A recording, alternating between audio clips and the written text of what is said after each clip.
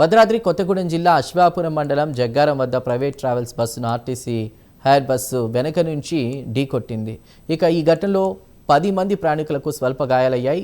Manuguru depot బస్సులు తరచూ ప్రమాదాలకు గురవుతున్నాయని ప్రయాణికులు ఆరోపించారు. శిక్షణ పొందిన హెవీ లైసెన్స్ కలిగినటువంటి డ్రైవర్లను మాత్రమే నియమించాలని వారు డిమాండ్ చేస్తున్నారు.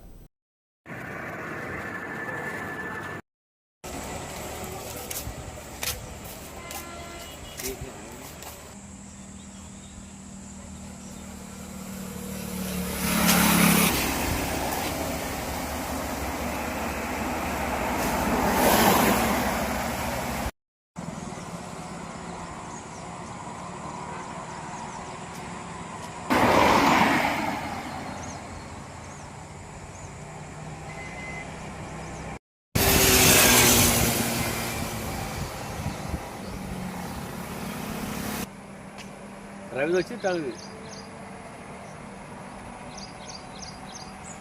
ఏమైంది వస్తాను